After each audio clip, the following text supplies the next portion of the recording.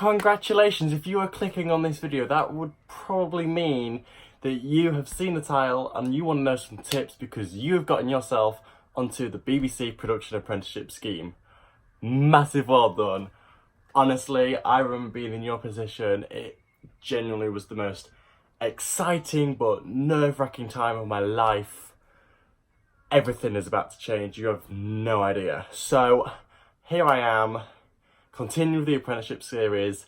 These are my top tips and my advice based on my experience of getting the job on the BBC Production Apprenticeship scheme. I put emphasis on the production side because my entire journey has been production based. There are different forms of BBC apprenticeships out there. So I got the call to say I got the job it was literally a year ago last week that I got the call to say, well done, you've got the job, you move into London. I got the call and I was so excited. I'll never forget the moment where I was at. It was just a big moment for me, but instantly I was like, shit, that means I've got to move to London. Now, one of the big questions that a lot of you who have been successful, who have already asked, is do the BBC sort your accommodation out? And the answer is no. This is a job. You are moving to get a new job, therefore you are responsible for finding your accommodation and all of that.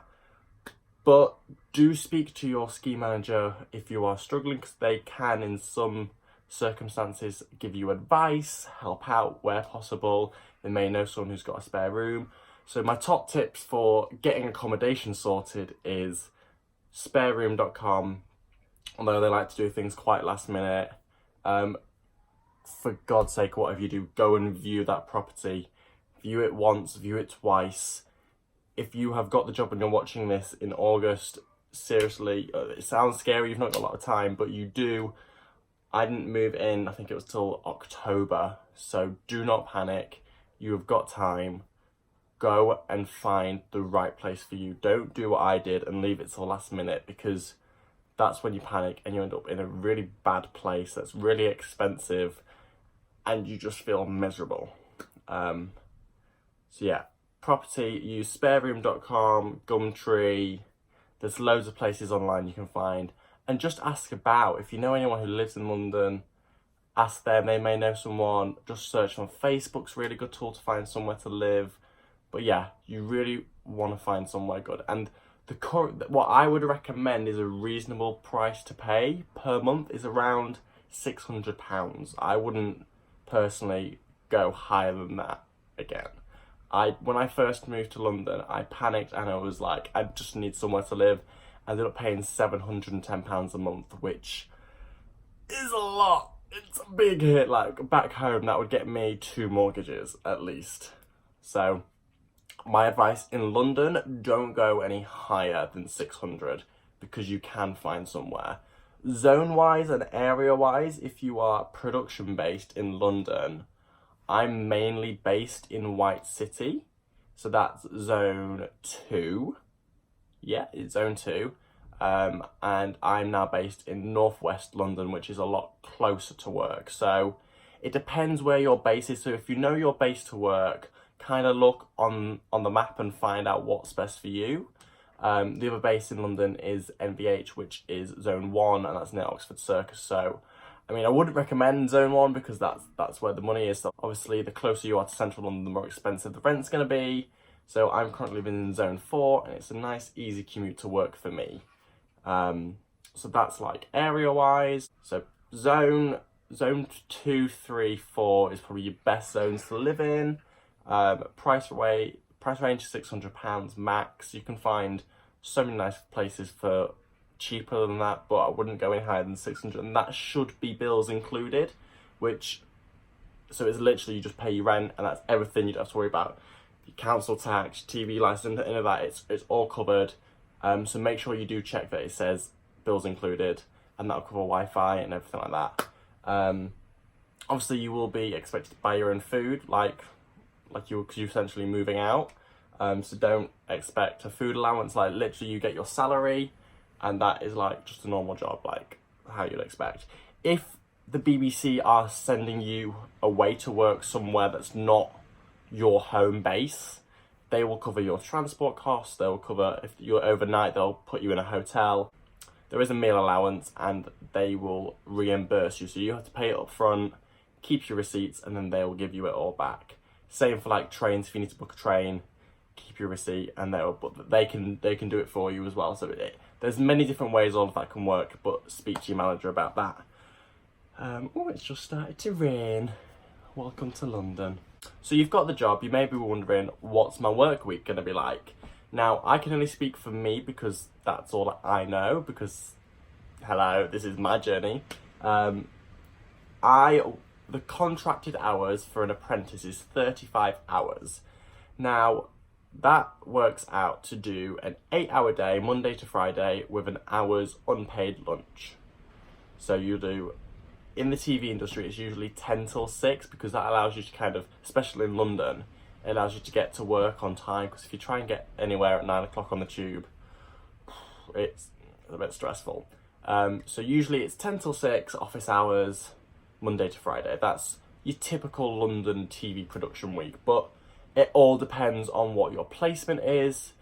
Your placement may require you to work a weekend. So when I was on Strictly last year, my work week was Tuesday to Saturday, and I would have Sunday and Monday off. Now, whilst they say your contracted hours is 35 hours a week, be prepared to work more than 35 hours, okay? When I did comic relief, I did 70 hours in a week. Now, you do get time back. So if you work like a weekend day or you work overtime, you do get a day off in lieu. A Doyle day is what we call it. And you will get them back. So just make sure you're on top of keeping track of your Doyle days,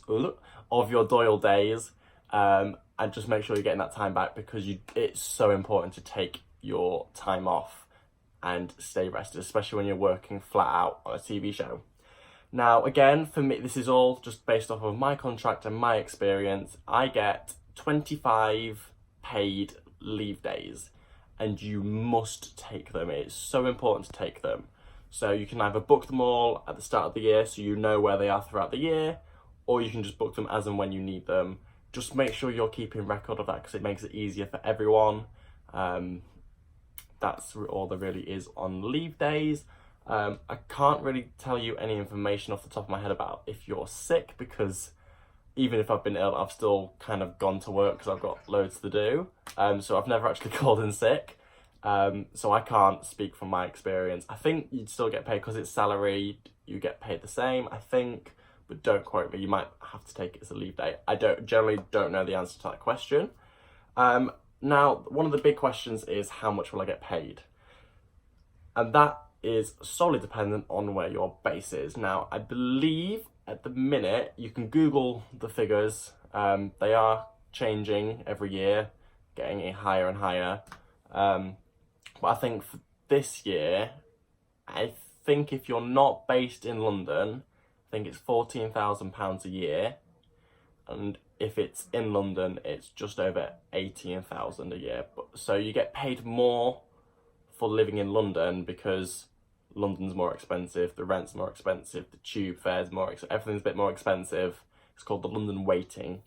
And that's like industry-wide. Everyone, like, you get paid more for living in London. It's a government thing, I think. So yeah, that's kind of the salary-wise, but it's always changing. It will be in your contract, and it should have been on the application form online. You'll be able to Google it, so you'll know how much you're getting paid. So you start the scheme in the middle of September, and you'll do 2 weeks of training with the academy in Birmingham. And obviously, like I said previously, they'll cover your hotel, your transport, food, all that will be sorted. So you do your 2 weeks in September, and as part of the BBC, we get paid on the 15th of every month. So your first payday will be the 15th of October, and you will get a 6-week pay, I believe, because you've done the 2 weeks in September, and then... Oh, so it's 2 weeks in September, 2 weeks in October, but you still get paid 6 weeks because of how it works out with the end of the apprenticeship. It's all very confusing. So you'll get a bigger pay than usual for your first payday. How is it? It's really confusing and stressful.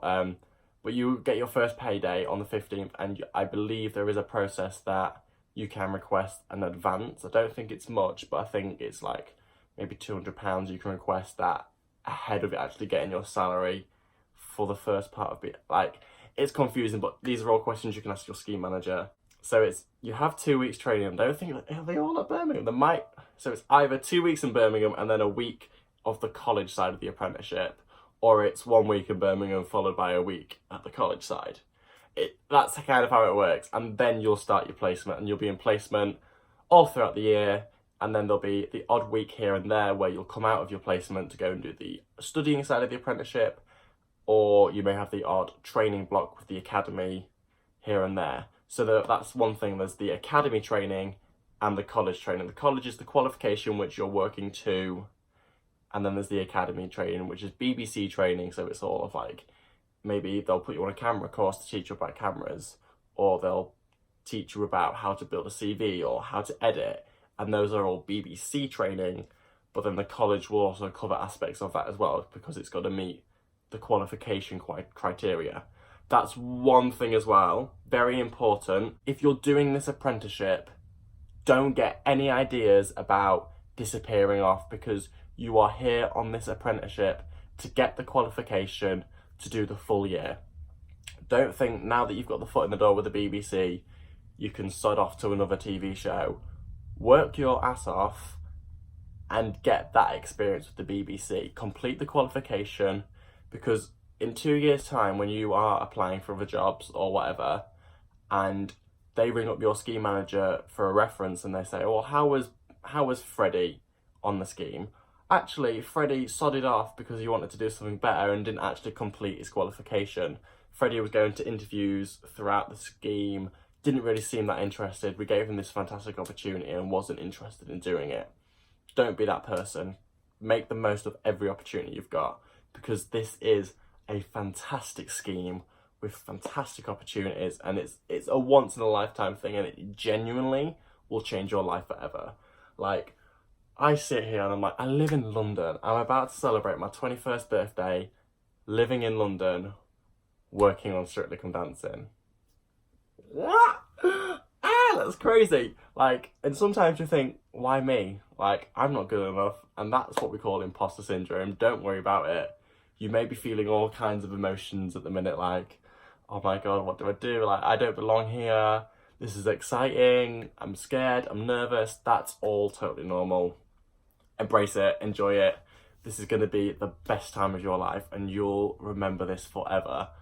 One thing that I'm really glad that I've done is I've documented my journey, and it's nice for me to look back on that. So maybe that's something you are going to want to do, especially when it comes to the endpoint assessment, which is the end bit of the scheme, kind of in the title.